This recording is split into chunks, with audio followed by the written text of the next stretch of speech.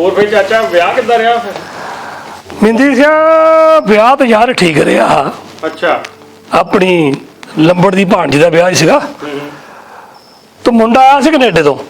ਅੱਛਾ। ਹਾਂ ਤੇ ਉਧਰੋਂ ਜਨੇਦ ਆ ਗਈ। ਪਹਿਲੋਂ ਤਾਂ ਕਹਿੰਦੇ ਕੋਈ ਲੈਣਾ ਨਹੀਂ। ਅੱਛਾ। ਤੇ ਬਾਅਦ ਕਹਿੰਦੇ ਕਾਰ ਚਾਹੀਦੀ ਆ। ਹੁਣ ਮੈਨੂੰ ਸਾਰੀ ਇਹ ਸਮਝ ਨਹੀਂ ਪੈਂਦੀ ਵੀ ਕੈਨੇਡਾ 'ਚ ਤੁਸੀਂ ਵੱਸਦੇ ਆ। ਸਹੀ ਗੱਲ ਆ। ਤੇ ਤੁਹਾਡੇ ਕੋਲ ਦੌਲਤ ਧਨ ਦੌਲਤ ਸਾਰਾ ਕੁਝ ਉੱਥੇ ਬਥੇਰਾ, ਕਾਰਾਂ ਦੀ ਕਮੀ ਆ। ਇੱਥੇ ਕਿਸੇ ਗਰੀਬ ਦੀ ਕੁੜੀ ਵਿਆਹੁੰਦੇ ਆ ਤੇ ਉਹਨਾਂ ਕੋਲ ਤੁਸੀਂ ਦਾਜ ਲੈਣੇ। ਦੱਸ ਉੱਥੇ ਰੌਲਾ ਪੈ ਗਿਆ। ਅੱਛਾ। ਫੇਰ ਭਰਾਵਾ ਸਾਰੇ ਪਿੰਡ ਦੇ ਬੰਦੇ ਇਕੱਠੇ ਹੋਏ, ਬਥੇਰਾ ਸਮਝਾਇਆ ਪਰ ਮੰਨੇ ਨਹੀਂ। ਹਰ ਕੇ ਵਿੱਚ ਮੈਨੂੰ ਪੈਣਾ ਪਿਆ। ਹਾਰ ਕੇ ਉਹਨਾਂ ਵਾਅਦਾ ਕੀਤਾ ਭਰਾਵਾ ਅਸੀਂ ਤਾਂ ਪਹਿਲਾਂ ਕਹਿੰਦੇ ਸੀ 76 ਫੇਰ ਕੇ ਜਨੇਦ ਨੂੰ ਵਾਪਸ ਕਰੋ। ਏਦਾਂ ਫਿਰ ਗੱਲ ਨਹੀਂ ਬਣਦੀ ਨਾ। ਹੁਣ ਲੰਬੜੋਂ ਦਾ ਭੁੱਲ ਗਿਆ ਜਿਹੜਾ ਉਹ ਯਾਰ, ਉਹ ਕੋਈ ਭਲਾ ਮਾਰਚ ਬੰਦਾ ਕਹਿੰਦਾ ਨਹੀਂ ਵੀ ਚੰਗਾ ਨਹੀਂ ਲੱਗਦਾ ਵੀ ਤੁਸੀਂ ਸਾਖੀ ਭਰੋ ਤਾਂ ਇਹਨਾਂ ਨੂੰ ਕਾਰ ਲੈ ਦੇਣੀ ਮੁੰਡੇ ਨੂੰ। ਹੁਣ ਵਿਆਹ ਤੋਂ ਬਾਅਦ ਮੁੰਡੇ ਨੂੰ ਕਾਰ ਲੈ ਕੇ ਦੇਣੀ। ਦੱਸ ਆਹ ਕੁਛ ਹੋਇਆ ਭਰਾਵਾ ਵਿਆਹ ਤੇ। ਮਨ ਬੜਾ ਸਾਡਾ ਅਪਸੈਟ ਆ। ਬਾਹਰਲੇ ਬੰਦੇ ਵੀ ਜਦੋਂ ਆ ਕੇ ਨਾ ਇੰਡੀਆ ਦਾਜ ਮੰਗਦੇ ਆ ਯਾਰ। ਬਾਹਰ ਤਾਂ ਕਹਿੰਦੇ ਪੈਸਾ ਪੂਆ ਬਹੁਤ ਬਣਦਾ ਏਦਾਂ ਕੰਮਾਂ ਦਾ। ਪੈਸਾ ਏਦਾਂ ਨਾ, ਜਿਸ ਬੰਦੇ ਦੀ ਨੀਤ ਨਹੀਂ ਭਰੀ ਨਾ, ਜਿੰਨਾ ਮਰਜੀ ਪੈਸਾ ਬਣਾ ਲਓ ਉਹਨੂੰ ਉਨਾ ਹੀ ਥੋੜਾ। ਚਲੋ ਤਾਇਆ ਤੁਸੀਂ ਚਾਚਾ ਮਤਲਬ ਕਿ ਗੱਲਾਂ ਯਾਰ ਇਹ ਵਾਲੀ ਵਿਆਹ ਵੀ ਵਾਲੀ ਬਾਅਦ ਚ ਕਰਿਓ। ਪਹਿਲਾਂ ਤਾਂ ਗੱਲ ਕਰਨੀ ਆਪਾਂ ਬਾਤ ਦੀ। ਮੈਨੂੰ ਤਾਂ ਮੈਂ ਤਾਂ ਇੱਥੇ ਬੈਠਾ ਥੋੜੀ ਬਾਤ ਸੁਣਨ ਕਿ ਵੀ ਭਾਈ ਰਾਤ ਦਾ ਟਾਈਮ ਆ ਤੇ ਆਪਾਂ ਬਾਤ ਸੁਣੀਏ। ਚੱਲ ਪੁੱਤ ਤੂੰ ਬਾਤ ਸੁਣ। ਇਹਨੂੰ ਯਾਰ ਇਹ ਲਾਲਚ ਰਹਿੰਦਾ, ਮੈਨੂੰ ਉਡੀਕੀ ਜਾਂਦਾ। ਕੱਦਾ ਡਿੱਗਦਾ ਸੀ ਕਦੋਂ ਤਾਂ ਬਾਬਾ ਆਊਗਾ ਤਾਂ ਕਦੋਂ ਬਾਤ ਪਾਊਗਾ। ਲੈ ਸੁਣ ਲਾ ਬਾਤ। ਸੁਣਾਓ। ਤੁਹਾਨੂੰ ਮੈਂ ਬਾਤ ਏਦਾਂ ਕਰਦਾ ਅੱਜ ਬਾਤ ਦੁੱਲਾ ਭੱਟੀ ਦੀ ਸੁਣਾਉਣਾ। ਅੱਛਾ। ਜਿਹੜੇ ਨਾ ਅੱਜ ਹਾਲਾਤ ਹੋਏ ਆ ਉਹਦੇ ਕਰਕੇ ਮੈਨੂੰ ਦੁੱਲਾ ਭੱਟੀ ਦਾ ਚੇਤਾ ਆਇਆ ਵੀ ਉਦਾਂ ਦਾ ਸੂਰਮਾ ਅੱਜ ਵੀ ਚਾਹੀਦਾ ਜਿਹੜੇ ਦਾਜ ਮੰਗਦੇ ਜਾਂ ਧੀਆਂ ਨੂੰ ਤੰਗ ਕਰਦੇ ਨਾ ਤੁਹਾਡੇ 76 ਫੇਰੇ। ਸਹੀ ਗੱਲ ਪੂਰਾ ਹੈ। ਹੁਣ ਦੁੱਲਾ ਭੱਟੀ ਨਾ ਉਹਦੇ ਬਾਪ ਦਾ ਨਾਂ ਕੋਈ ਲੋਕੀ ਬਿਜਲੀ ਕਹਿੰਦੇ ਆ, ਤੇਜ ਬਹੁਤ ਸੀ ਪਰ ਅਸਲ 'ਚ ਨਾਂ ਸੀ ਸੰਦਲ ਖਾਨ। ਜਿਹੜਾ ਉਹ ਸੰਦਲ ਪਾਰ ਦਾ ਇਲਾਕਾ ਨਹੀਂ ਪਾਕਿਸਤਾਨ ਵਿੱਚ, ਜਿੱਦਾਂ ਆਪਾਂ ਗੁਜਰਾਂਵਾਲੇ ਦੀ ਗੱਲ ਕਰ ਲਓ, ਆਪਣੇ ਨਨਕਾਣਾ ਸਾਹਿਬ ਦੀ ਗੱਲ ਕਰ ਲਓ, ਇਹ ਸਾਰੇ ਇਲਾਕੇ ਸੰਦਲਬਾਰ ਦੇ ਇਲਾਕੇ ਵਿੱਚ ਆਉਂਦੇ ਆ। ਅੱਛਾ। ਹਾਂ ਰਾਵੀ ਤੇ ਚਨਾਬ ਦੇ ਵਿਚਾਲੇ ਜਿਹੜਾ ਇਲਾਕਾ ਨੇ ਉਹ ਸੰਦਲਬਾਰ ਕਹਿੰਦੇ ਆ। ਦੁਆਬ ਵੀ ਕਹਿੰਦੇ ਕਿਸੇ ਜ਼ਮਾਨੇ 'ਚ। ਜਦੋਂ ਮੁਗਲਾਂ ਦਾ ਰਾਜ ਸੀ ਹਿੰਦੁਸਤਾਨ ਦੇ ਉੱਤੇ, ਇਹਨਾਂ ਅਕਬਰ ਹੋਣਾ ਨੇ ਬਣਾਈਆਂ ਸੀ ਸਕੀਮਾਂ ਵੀ ਦੁਨੀਆ ਕੋਲੋਂ ਲਗਾਨ ਕਿੱਦਾਂ ਲੈਣਾ। ਤੇ ਜਿਹੜਾ ਬਾਬਾ ਸੀ ਨਾ ਇਹਦਾ, ਹੁਣ ਉਸ ਇਲਾਕੇ ਦਾ ਚੌਧਰੀ ਸੀ, ਫੌਜ ਵੀ ਸੀ ਆਪਣੀ। ਉਹ ਕਹਿੰਦਾ ਮੈਂ ਨਹੀਂ ਦੇਣਾ।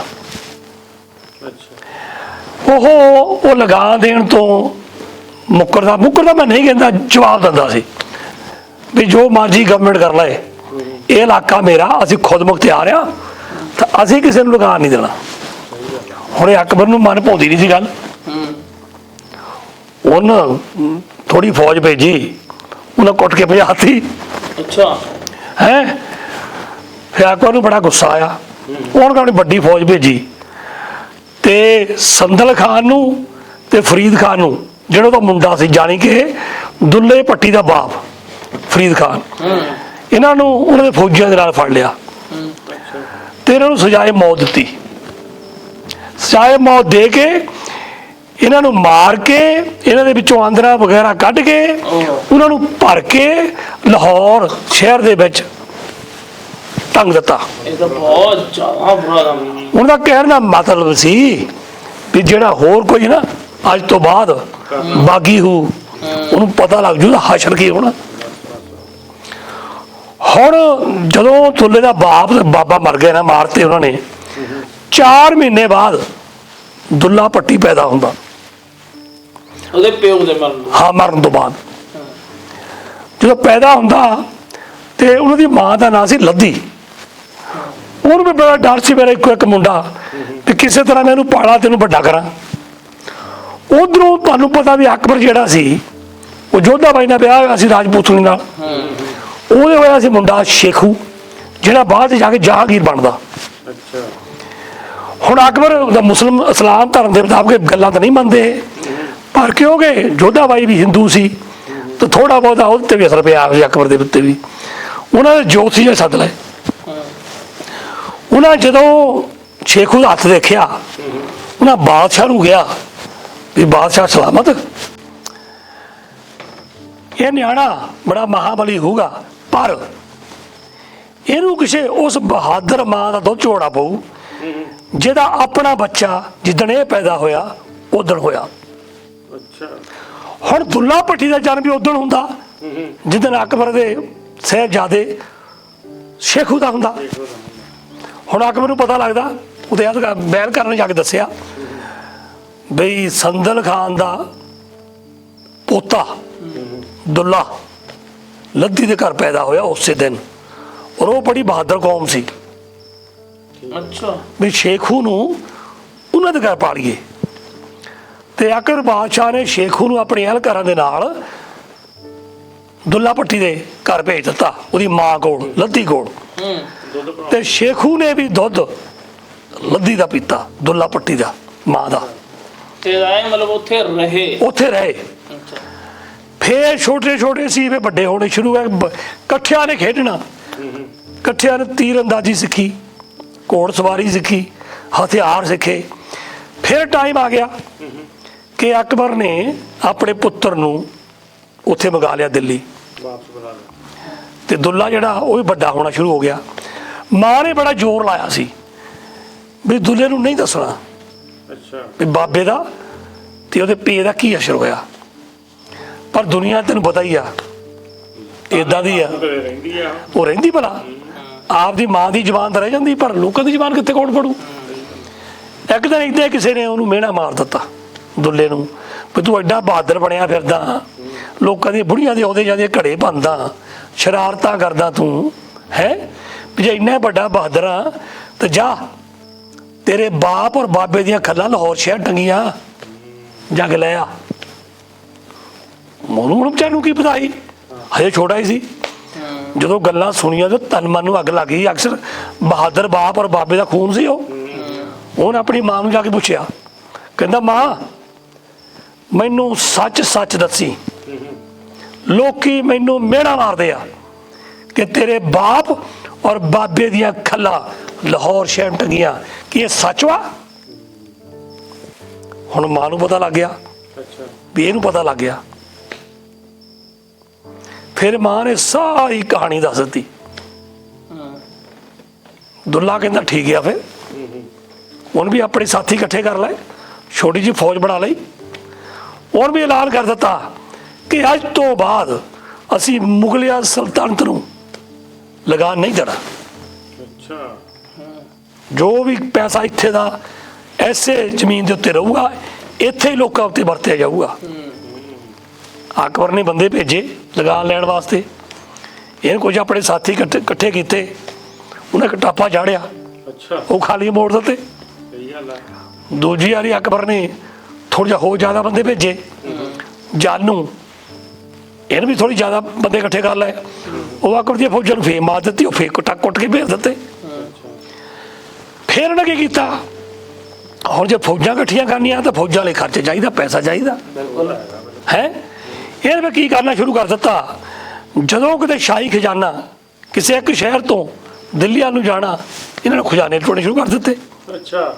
ਲੁੱਟ ਕੇ ਕੁਛ ਲੋਕਾਂ ਵਿੱਚ ਵੰਡ ਦੇਣਾ, ਗਰੀਬਾਂ 'ਚ, ਲੋੜਵੰਦਾਂ 'ਚ, ਤੇ ਕੁਛ ਆਪਣੀ ਉਹਨੇ ਤਾਕਤ ਵਧਾਉਣੀ ਸ਼ੁਰੂ ਕਰਤੀ ਫੌਜ ਦੀ। ਦਿਨੋਂ ਦਿਨ ਦੁੱਲੇ ਦੀ ਫੌਜ ਵੱਧਦੀ ਗਈ। ਇਹ ਸਾਰੀਆਂ ਖਬਰਾਂ ਜਦੋਂ ਅਕਬਰ ਨੂੰ ਪਹੁੰਚੀਆਂ, ਉਹਨੂੰ ਫਿਕਰ ਹੋਇਆ ਵੀ ਆਪਣੇ ਬਾਪ ਔਰ ਦਾਦੇ ਵਾਂਗੇ ਬਗਾਵਤ ਕਰੂਗਾ, ਚੰਗਾ ਇਹੀ ਆ ਇਹਨੂੰ ਪਹਿਲੋਂ ਦੱਬ ਲਵਾਂ, ਜੇ ਤਾਕਤ ਵੱਧ ਕੇ ਮੇਰੇ ਲਈ ਮੁਸ਼ਕਲ ਹੋ ਜਾਣਾ। ਉਧਰੋਂ ਦੁੱਲੇ ਦੀ ਇੱਕ ਹੋਰ ਸਿਫਤ ਸੀ। ਹੁਣ ਉਹ ਜ਼ਮਾਨੇ ਵਿੱਚ ਨਾ ਆਪਣੇ ਗੱਲਾਂ ਕਰਦੇ ਨਾਦਰ ਸ਼ਾਹ ਦੀਆਂ ਜਾਂ ਅਹਿਮਦ ਸ਼ਾਹ ਅਬਦਾਲੀ ਦੀਆਂ, ਬਾਅਦ ਦੇ ਵਿੱਚ ਕਿੱਦਾਂ ਉਹ ਆਉਂਦੇ ਸੀ, ਕਿੱਦਾਂ ਆਪਣੀਆਂ ਕੁੜੀਆਂ ਹਿੰਦੁਸਤਾਨ ਦੀਆਂ ਲੈ ਜਾਂਦੇ ਸੀ ਤੇ ਗਜ਼ਨੀ ਸ਼ਹਿਰ ਦੇ ਵਿੱਚ ਜਾ ਕੇ ਟਕੇ ਟਕ ਨੂੰ ਵਿਕਦੀਆਂ ਸੀ। ਇਹ ਗੱਲ ਉਦੋਂ ਹੀ ਸ਼ੁਰੂ ਨਹੀਂ ਹੋਈ, ਇਹ ਅਕਬਰ ਦੇ ਜ਼ਮਾਨੇ, ਹਮਾਯੂ ਦੇ ਜ਼ਮਾਨੇ, ਉਹਨਾਂ ਸਮਿਆਂ ਵਿੱਚ ਵੀ ਹੁੰਦੀਆਂ ਸੀ। ਤਾਂ ਲੋਕੀ ਸੁਨੱਖੀਆਂ ਜਿੰਨੀਆਂ ਕੁੜੀਆਂ ਕਾੜੀਆਂ ਹੁੰਦੀਆਂ ਸੀ ਨਾ, ਉਹਨੂੰ ਚੱਕ ਕੇ ਲੈ ਜਾਂਦੇ ਸੀ। ਅਫਗਾਨਿਸਤਾਨ ਦੇ ਹੁੰਦੇ, ਕਿਤੇ ਗਜ਼ਨੀ, ਇਰਾਨ, ਇਰਾਕ ਦੇ ਏਰੀਏ ਜਾ ਕੇ ਆਪਣੀਆਂ ਕੁੜੀਆਂ ਮੁੱਲ ਵਿਕਦੀਆਂ ਸੀ ਅਕਬਰ ਦੇ ਸਮੇਂ 'ਚ ਵੀ। ਹੁਣ ਕੁਝ ਲੋਕ ਸੀ ਜਿਹੜੇ ਸੋਹਣੀਆਂ ਸੋਹਣੀਆਂ ਕੁੜੀਆਂ ਚੱਕ ਕੇ ਲੈ ਜਾਂਦੇ ਸੀ ਬਚਣ ਲਈ। ਜਦੋਂ ਦੁੱਲੇ ਨੂੰ ਪਤਾ ਲੱਗਣਾ, ਇਹਨੇ ਆਪਣੇ ਸਿਪਾਹੀ ਨਾਲ ਲਿਜਾ ਕੇ ਉਹ ਕੁੜੀਆਂ ਛਡਾ ਲਿਆਉਣੀ ਤੇ ਘਰ ਛੱਡ ਦੇਣੀਆਂ, ਜਿਹਦੇ ਕਰਕੇ ਦੁੱਲੇ ਦਾ ਨਾਂ ਸਾਰੇ ਸੰਦਲਬਾਰ ਦੇ ਇਲਾਕੇ ਵਿੱਚ ਫੈਲ ਗਿਆ। ਬਹੁਤ ਵੱਡਾ ਇਲਾਕਾ ਸੀ ਇਹ, ਇਲਾਕੇ ਵਿੱਚ ਫੈਲ ਗਿਆ। ਦਿਨੋਂ ਦਿਨ ਇਹਦੇ ਲੋਕ ਦੀ ਫੌਜ 'ਚ ਹੁੰਦੇ ਰਹੇ।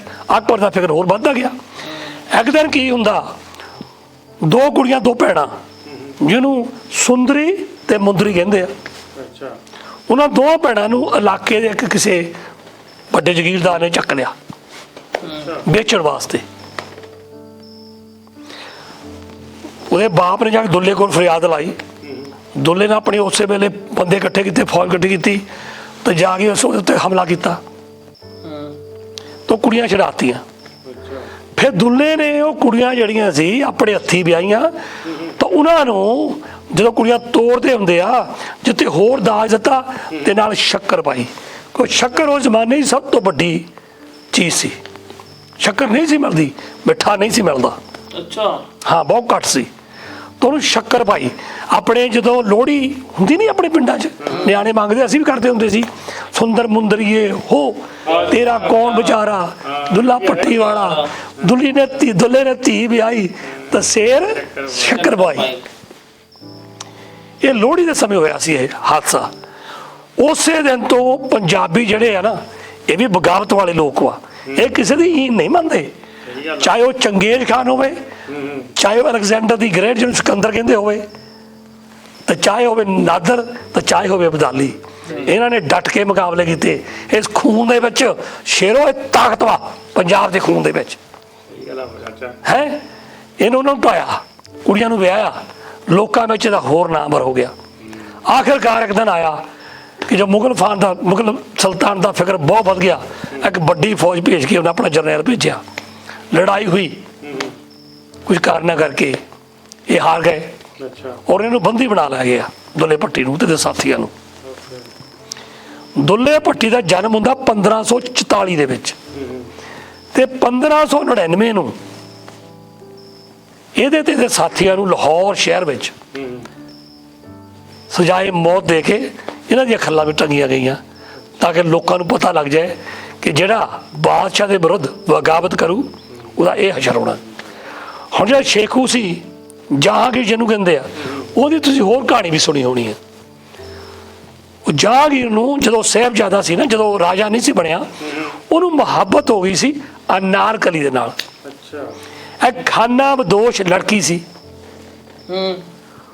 ਉਹ ਇੱਕ ਬਾਗ ਦੇ ਵਿੱਚ ਫੁੱਲ ਤੋੜ ਰਹੀ ਸੀ ਤੇ ਇੱਕ ਵਾਰ ਅਕਬਰ ਬਾਦਸ਼ਾਹ ਸੈਰ ਕਰਦੇ ਕਰਦੇ ਉੱਥੇ ਆ ਗਏ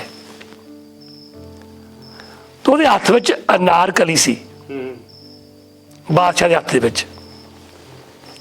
ਉਹਨੇ ਦੇਖਿਆ ਇੰਨੀ ਸੁੰਦਰ, ਇੰਨੀ ਪਿਆਰੀ। ਉਹਨੇ ਬੁਲਾਇਆ, ਗੱਲਬਾਤ ਕੀਤੀ। ਕਹਿੰਦਾ ਤੇਰਾ ਨਾਂ ਕੀ ਆ? ਉਹਨੂੰ ਕੋਈ ਆਪਣਾ ਨਾਂ ਹੋਰ ਦੱਸਿਆ? ਕਹਿੰਦਾ ਨਹੀਂ। ਉਹਨਾਂ ਨੂੰ ਅਨਾਰ ਦੀ ਕਲੀ ਦੀ ਇੱਕ ਟਾਹਣੀ ਸੀ ਫੜਾਤੀ। ਅੱਜ ਤੋਂ ਤੇਰਾ ਨਾਂ ਕਹਿੰਦਾ ਅਨਾਰਕਲੀ ਹੋਇਆ। ਉਹਦੇ ਨਾਂ ਦੇ ਲਾਹੌਰ ਵਿੱਚ ਅਨਾਰਕਲੀ ਬਾਜ਼ਾਰ ਵੀ ਆ।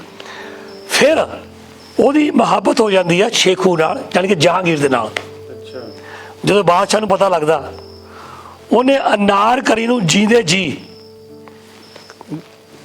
ਕੰਧ ਦੇ ਵਿੱਚ ਚੁਣਵਾ ਦਿੱਤਾ, ਉਹਨੂੰ ਮਰਵਾ ਦਿੱਤਾ। ਹਾਂ, ਇਹ ਸੀ ਅਨਾਰਕਲੀ ਕਹਾਣੀ। ਇਹ ਉਹੀ ਸ਼ੇਖੂ ਸੀ ਜਿਹਨੂੰ ਦੁੱਲੇ ਦੀ ਮਾਂ ਨੇ ਪਾਲਿਆ। ਪਰ ਤੈਨੂੰ ਪਤਾ ਰਾਜੇ ਜਿਹੜੇ ਹੁੰਦੇ ਆ ਨਾ, ਇਹਨਾਂ ਨੂੰ ਕੋਈ ਕਦਰ ਨਹੀਂ ਹੁੰਦੀ ਕਿ ਕਿਸੇ ਨੇ ਸਾਡਾ ਮੁੱਲ ਪਾਇਆ ਜਾਂ ਕੀ ਪਾਇਆ ਜਾਂ ਸਾਡੇ ਲਈ ਕੀ ਕੁਰਬਾਨੀ ਕੀਤੀ ਆ। ਉਹਨਾਂ ਆਪਣਾ ਰਾਜ ਔਰ ਤਖਤ ਸਾਂਭਣਾ ਹੁੰਦਾ।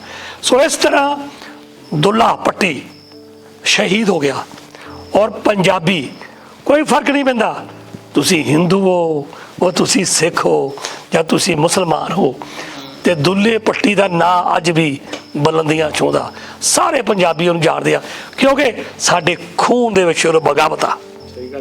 ਅਸੀਂ ਉਹ ਲੋਕ ਆ ਜਿਹੜੇ ਕਿਸੇ ਦੀ ਈਨ ਨਹੀਂ ਮੰਨਦੇ। ਓਏ ਅਸੀਂ ਤਾਂ ਯਾਰ ਸਿਕੰਦਰ ਆ ਕੇ ਵਾਪਸ ਮੋੜ ਦਿੱਤੇ। ਸਾਡੇ ਪੋਰਸ਼ ਵਰਗੇ ਰਾਜਾ ਨੇ ਮੁਕਾਬਲਾ ਕੀਤਾ, ਉਹ ਇੰਨਾ ਕੁਛ ਜਿੱਤ ਕੇ ਆਇਆ ਪੁੱਤਰਾ। ਸਾਰੀ ਦੁਨੀਆ ਜਿੱਤਣ ਨਿਕਲਿਆ ਸੀ ਸਿਕੰਦਰ, ਪਰ ਜਦੋਂ ਪੰਜਾਬ ਵੱਲ ਮੂੰਹ ਕੀਤਾ ਨਾ, ਪੰਜਾਬ ਦੇ ਰਾਜੇ ਪੋਰਸ਼ ਨੇ ਦੰਦ ਖੱਟੇ ਕਰ ਦਿੱਤੇ। ਉਹਦੇ ਫੌਜੀ ਤਾਂ ਪਿੱਛੇ ਹੀ ਉਹ ਹੱਥ ਖੜੇ ਕਰ ਦਿੱਤੇ ਵੀ ਨਹੀਂ, ਅਸੀਂ ਇਹ ਦੁਗਾ ਨਹੀਂ ਜਾਣਾ। ਵਾਪਸ ਮੁੜਿਆ ਤੇ ਰਾਹ ਦੇ ਵਿੱਚ ਬਿਮਾਰ ਹੋ ਕੇ ਮਰ ਗਿਆ।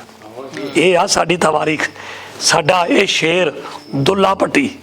ਯਾਦ ਰੱਖਿਓ, ਜਦੋਂ ਨੈਕਸਟ ਟਾਈਮ ਤੁਸੀਂ ਨਾ ਅਗਲੀ ਵਾਰੀ ਲੋਹੜੀ ਮਨਾਉਣੀ ਆ, ਜੋ ਤਿਲ ਸੁੱਟੋਗੇ ਨਾ ਅੱਗ ਦੇ ਉੱਤੇ, ਯਾਦ ਕਰਿਓ ਦੁੱਲਾ ਭੱਟੀ ਜਿਹਦਾ ਹਮੇਸ਼ਾ ਹੀ ਗਾਉਂਦੇ ਰਹਿੰਦੇ ਦੁੱਲਾ ਭੱਟੀ ਵਾਲਾ ਹੋਏ ਧੀ ਵਿਆਹੀ ਬੜਾ ਬਹਾਦਰ ਹੋਇਆ ਬਈ ਉਹ ਸ਼ੇਰ ਹੋਇਆ ਸਾਡਾ ਮੈਨੂੰ ਤਾਂ ਪੰਜਾਬ ਦਾ ਇਹ। ਆਇਆ ਵੀ ਆ ਤੁਹਾਡੀ ਵਾਲੀ ਗੱਲ ਮੈਨੂੰ ਤਾਂ ਲੱਗਦਾ ਵੀ ਇਹੀ ਰੀਤੀ ਰਿਵਾਜ ਹੈ ਮਤਲਬ ਆਪਾਂ ਨੂੰ ਇਹੀ ਤਿਲ ਸੁੱਟ ਕੇ ਆਪਾਂ ਨੂੰ ਇਦਾਂ ਹੀ ਗਾਣਾ ਹੁੰਦਾ ਨਾ ਬਈ ਸ਼ੇਰੋ ਬੜਾ ਪਤਾ ਹੀ ਚਾਚਾ ਮੈਨੂੰ ਪਹਿਲਾਂ ਸੁਣਾਉਂਦਾ ਹੁੰਦਾ ਸੀ ਪਰ ਤੂੰ ਤਾਂ ਬਹੁਤ ਨਿੱਕਾ ਹੁੰਦਾ ਸੀ ਉਦੋਂ ਬਹੁਤ ਨਿੱਕਾ ਹੁੰਦਾ ਸੀ ਉਦੋਂ। ਹਾਂ ਆਪਾਂ ਤਾਂ ਇਹੀ ਸੁੱਟ ਕੇ ਤਿਲ ਸੋਚਦੇ ਹੁੰਦੇ ਸੀ ਵੀ ਇਹ ਰੀਤੀ ਰਿਵਾਜ ਹੈ ਇਦਾਂ ਹੀ ਰੱਬ ਨੂੰ ਖੁਸ਼ ਕਰੀਏ ਨਹੀਂ ਜਿਹੜੀ ਲੋਹੜੀ ਹੈ ਨਾ ਪੁੱਤਰੋ ਇਹ ਬੜਾ ਸਾਡਾ ਪੁਰਾਤਨ ਇਤਿਹਾਸ ਆ ਦੁੱਲੇ ਭੱਟੀ ਤੋਂ ਬਹੁਤ ਸੈਂਕੜੇ ਸਾਲ ਤੋਂ ਪਹਿਲਾਂ ਦਾ ਚੱਲਦਾ ਪਰ ਦੁੱਲੇ ਭੱਟੀ ਦੇ ਨਾਲ ਪੰਜਾਬ ਦੇ ਵਿੱਚ ਇਹ ਮਸ਼ਹੂਰ ਹੋ ਗਈ ਕਿਉਂਕਿ ਉਹਨੇ ਆਪਣੀ ਕੁਰਬਾਨੀ ਦਿੱਤੀ ਸਹੀ ਗੱਲ ਆ ਸਾਡੇ ਪੰਜਾਬ ਦੀਆਂ ਧੀਆਂ ਭੈਣਾਂ ਵਾਸਤੇ ਤਾਂ ਅੱਜ ਉਹਨੂੰ ਅਸੀਂ ਸਾਰੇ ਪੰਜਾਬੀ ਯਾਦ ਕਰਦੇ ਹਾਂ ਔਰ ਸਤਿਕਾਰ ਦਿੰਦੇ ਹਾਂ। ਨਹੀਂ ਹੁਣ ਆਪਾਂ ਅਗਲੀ ਵਾਰ ਧਿਆਨ ਰੱਖਾਂਗੇ ਇਸ ਗੱਲ ਦਾ ਹੁਣ ਇਦਾਂ ਨਹੀਂ ਜਾਣ ਦਿੰਦੇ ਲੋਹੜੀ ਹੁਣ ਸਾਨੂੰ ਲੋਹੜੀ ਦਾ ਪਤਾ ਲੱਗਿਆ ਅਸਲੀ ਮਤਲਬ ਚਲੋ ਚੰਗਾ ਬਹੁਤ ਹੁਣ ਖੁਸ਼ ਆ ਨਹੀਂ ਬਹੁਤ ਜ਼ਿਆਦਾ ਹੁਣ ਤਾਂ ਚੱਲ। ਪਤਾ ਲੱਗ ਗਿਆ ਬਾਜ਼ਾਰ ਅਗਲੀ ਵਾਰੀ ਤੁਹਾਨੂੰ ਹੁਣ ਉਹ ਇਦਾਂ ਦੀ ਸਟੋਰੀ ਸੁਣਾਉਂਗਾ ਵੀ ਹਾਂ ਕਰਤਾਰ ਸਿੰਘ ਸਰਾਭਾ ਦੀ ਚਲੋ ਹੁਣ ਸਰਾ ਅਗਲੀ ਵਾਰੀ ਤੁਹਾਨੂੰ ਕਰਤਾਰ ਸਿੰਘ ਸਰਾਭਾ ਜਿਹਦਾ ਜਨਮ ਹੁੰਦਾ 1896 ਵਿੱਚ ਤੇ 1915 ਵਿੱਚ 19 ਸਾਲ ਦੀ ਉਮਰ ਦੇ ਵਿੱਚ ਉਹ ਸ਼ਹੀਦੀ ਪਾ ਜਾਂਦਾ ਪੰਜਾਬ ਦਾ ਸ਼ੇਰ ਕਰਤਾਰ ਸਿੰਘ ਸਰਾਭਾ ਉਹਦੀ ਬਾਤ ਤੁਹਾਨੂੰ ਸੁਣਾਉਂਗਾ ਅਗਲੀ ਵਾਰੀ।